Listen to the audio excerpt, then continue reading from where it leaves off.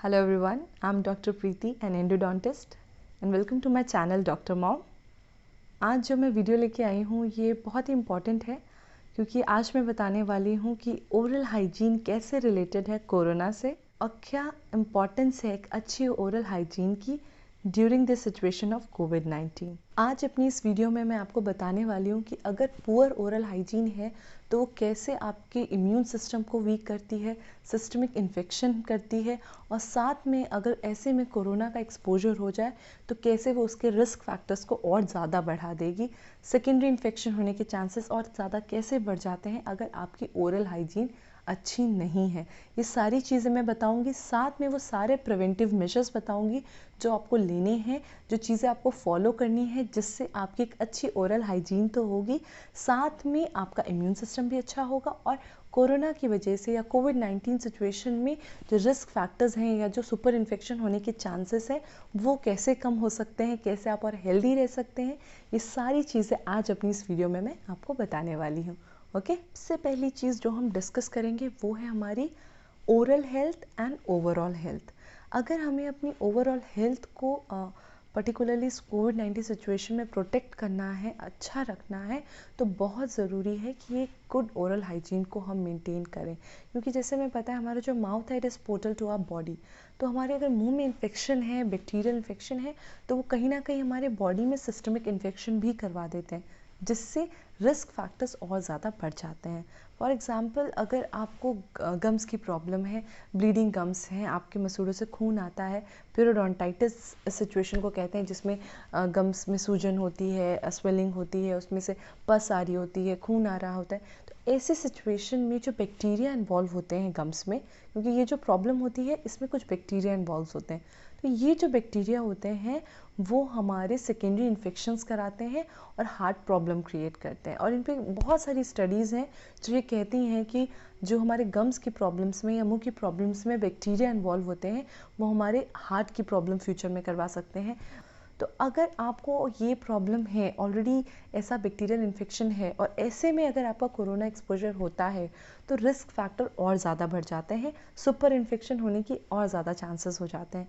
इसलिए मैं इतना स्ट्रेस दे रही हूँ कि बहुत ज़्यादा रिलेटेड है आपकी ओरल हाइजीन इस कोविड-19 से, क्योंकि एक गुड ओरल हाइजीन रहेगी तो एटलीस्ट अगर आपका एक्सपोजर भी होता है तो रिस्क फैक्टर्स इतने ज़्यादा नहीं होंगे, रिकवरी के चांसेस ज़्यादा हैं, प्रॉपर ट्रीटमेंट से आप बहुत आराम से अच्छे से रिकवर कर सकते हैं बिना किसी लाइफ थ्रेटनिंग कंडीशन के। फाइन, तो इसलिए इसका बहुत ध्यान रखना है कि आपके टीथ, आपके गम्स हेल्दी रहें। बट फिर भी अगर आपको गम्स की प्रॉब्लम है, आप डेंटिस्ट के पास अभी नहीं जाना चाहते, ब्लीडिंग है, माइल्ड प्रॉब्लम है, तो कुछ होम रेमेडीज़ हैं जिन्हें आप फॉलो कर सकते हैं जिससे आप जो थोड़ी बहुत भी प्रॉब्लम है गम्स की उसे ठीक कर सकें और हेल्दी रख सकें। वार्म सलाइन रिंसेस करने हैं, गुनगुने पानी में नमक डाल के कुल्ले करने हैं। मस्टर्ड ऑयल होता है, सरसों का तेल, उसमें रॉक सॉल्ट, सेंधा नमक डाल के उससे अच्छे से अपने मसूड़ों पे मसाज करनी है। नीम ऑयल से आप मसाज कर सकते हैं, फिटकरी होती है एलम, उससे आप कुल्ला कर सकते हैं, रिंस कर सकते हैं। ये सारी चीज़ें बहुत इफ़ेक्टिव हैं आपके गम्स को हेल्दी रखने के लिए। तो ये छोटी छोटी चीज़ें हैं जो मैं अपनी और भी एक पुरानी वीडियो में बता चुकी हूँ होम रेमेडीज़ डेंटल केयर के लिए, वो आप फॉलो कर सकते हैं। तो छोटी चीज़ें हैं जिन्हें आप फॉलो करके अपनी ओरल हाइजीन को हेल्दी रख सकते हैं और डेंटिस्ट के पास या हॉस्पिटल जाना जो आप अभी अवॉइड कर रहे हैं उससे भी बच सकते हैं। फाइन, नेक्स्ट जो मैं डिस्कस करने जा रही हूँ वो है ब्रशिंग।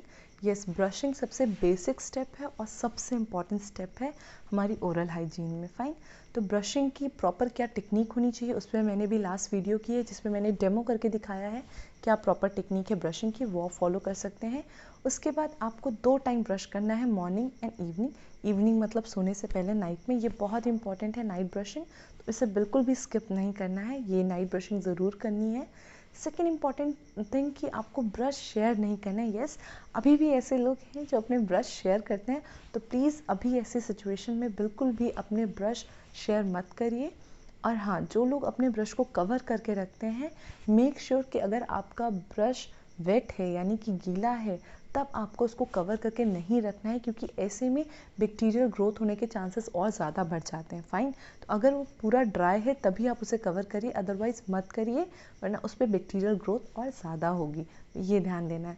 नेक्स्ट आपको टंग क्लीनिंग करनी है। सी ब्रशिंग सब लोग करते हैं, टीथ सब लोग क्लीन करते हैं, पर टंग क्लीनिंग को लोग इग्नोर कर देते हैं। ये उतना ही इम्पॉर्टेंट है जितना टीथ की क्लीनिंग है। तो आपको अपनी टंग को भी क्लीन करना है। आजकल तो ब्रश आ रहे हैं अच्छे, जिनके हेड्स पे ही क्लीनिंग सेरेशंस होते हैं, जिससे आप अपनी टंग को भी क्लीन कर सकते हैं। अदरवाइज़ आप टंग क्लीनर यूज़ कर सकते हैं। तो टंग को ज़रूर क्लीन करना है। उसके बाद इम्पॉर्टेंट है फ्लॉसिंग। फ्लॉसिंग आपको करनी है। देखिए, जिसके भी दांत में टाइट कॉन्टैक्ट्स हैं, उसमें क्या होता है, खाना फंस जाता है दांतों के बीच, और वही लेटर ऑन आपका इन्फेक्शन करता है और गम्स की प्रॉब्लम हो जाती है। तो ऐसे में आपको फ्लॉसिंग करनी है। फ्लॉसिंग करने से क्या होता है, आपके सारा जो भी फूड लॉजमेंट है दांतों के बीच में, वो सब रिमूव हो जाता है। उसके बाद इंपॉर्टेंट है रिंस करना। वार्म सलाइन रिंसेस, गुनगुने पानी में नमक डाल के कुल्ले करने चाहिए। अगर आपको थ्रोट इन्फेक्शन है तो आप कुछ टाइम के लिए बीटाडीन गार्गल भी कर सकते हैं, बहुत इफेक्टिव है, पर इसे लॉन्ग टर्म के लिए यूज़ नहीं करना है। कुछ दिन आप बीटाडीन गार्गल करिए, उसके बाद जो लॉन्ग टर्म है उसके लिए आपको ये वार्म सलाइन रिंसेस ही यूज़ करना है। ये बहुत इफेक्टिव भी है और आपकी गम्स को भी हेल्दी रखता है, प्लस आपके जो भी फूड लॉजमेंट है या कहीं खाना फंसा है उसे भी क्लीन करता है। फाइन।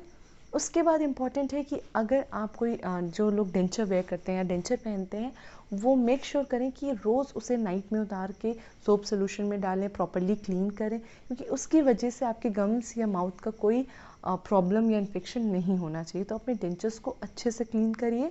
अगर आपके मुंह में कोई कैप है, कोई क्राउन है, कोई प्रोस्थेसिस है, तो उसका थोड़ा सा हमें एक्स्ट्रा केयर करना पड़ता है, क्योंकि जहाँ क्राउन होते हैं, कैप्स होते हैं, वहाँ पे चांसेस कभी कभी फूड लॉजमेंट के ज़्यादा हो जाते हैं। तो ऐसे में वहाँ पे आपको प्रॉपरली ब्रश करना है और गुनगुने पानी से कुल्ले करने हैं, सो दैट कोई भी फूड लॉजमेंट ना हो और फ्यूचर में कोई भी गम्स की प्रॉब्लम ना हो। फाइन। तो ये चीज़ें तो सारी क्लीनिंग रिलेटेड हैं जो आपको करनी है एक अच्छी ओरल हाइजीन के लिए। उसके बाद मैं बात करूँगी आपकी बहुत ही इम्पॉर्टेंट चीज़, वो है nutrition and diet modification. Nutrition and diet modification में क्यों कह रही हूँ, बिकॉज एक अच्छा न्यूट्रिशन अगर आप लेते हैं तो वो ना ही आपके पूरे इम्यून सिस्टम के लिए अच्छा है, पूरी बॉडी के लिए अच्छा है, बट आपके गम्स के लिए भी बहुत इंपॉर्टेंट है। Specially vitamin C. Yes, vitamin C इस कोविड-19 सिचुएशन में तो मस्ट हैव सप्लीमेंट है, क्योंकि विटामिन सी आपके इम्यून सिस्टम को बहुत ज़्यादा बूस्ट करता है और एट द सेम टाइम आपके गम्स को भी हेल्दी रखने में बहुत हेल्पफुल है। तो विटामिन सी आप किसी भी फॉर्म में ले सकते हैं, फ्रूट सप्लीमेंट जैसे आप ले सकते हैं। विटामिन सी आपको ज़रूर लेना है, रोज़ लेना है। उसके अलावा जो भी फ्रेश फ्रूट्स हैं, मिल्क, कैल्शियम रिच डाइट, सारे विटामिन मिनरल्स, आपको सारी बैलेंस डाइट लेनी है, अच्छा न्यूट्रिशन लेना है, जिससे अगर आप कोरोना से एक्सपोजर भी आपका हो जाए तो आपका इम्यून सिस्टम इतना स्ट्रांग हो कि आप उससे फाइट कर सकें और आपकी सिचुएशन बहुत वर्स ना हो। तो ये एक चीज़ है जिस पे आप काम कर सकते हैं। एक अच्छी डाइट लेके, डाइट मॉडिफिकेशन करके आप हेल्दी रह सकते हैं, अपनी ओरल हेल्थ को भी अच्छा कर सकते हैं एंड ओवरऑल हेल्थ को भी अच्छा रख सकते हैं। फाइन। अब जो सबसे इम्पॉर्टेंट है वो है मास्क। यस, मास्क लगाना बहुत ज़रूरी है, क्योंकि ये प्राइमरी प्रोटेक्शन बैरियर है। ये सबको लगाना है और सही तरीके से लगाना है। फाइन। बार बार मास्क को निकालना नहीं है।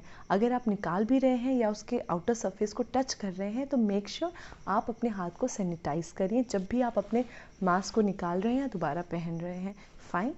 तो ऐसी सिचुएशन में जब आप हॉस्पिटल नहीं जाना चाहते, डेंटिस्ट के पास जाना अवॉइड कर रहे हैं, तो आई होप अगर आप ये सारी टिप्स को फॉलो करेंगे तो आपकी एक अच्छी ओरल हाइजीन रहेगी, एक अच्छी ओवरऑल हेल्थ रहेगी, और अपने आप को भी आप एक्सपोजर से बचाएंगे और जो आपके हेल्थ वर्कर्स हैं उनको भी आप एक्सपोजर से बचा सकते हैं। फाइन।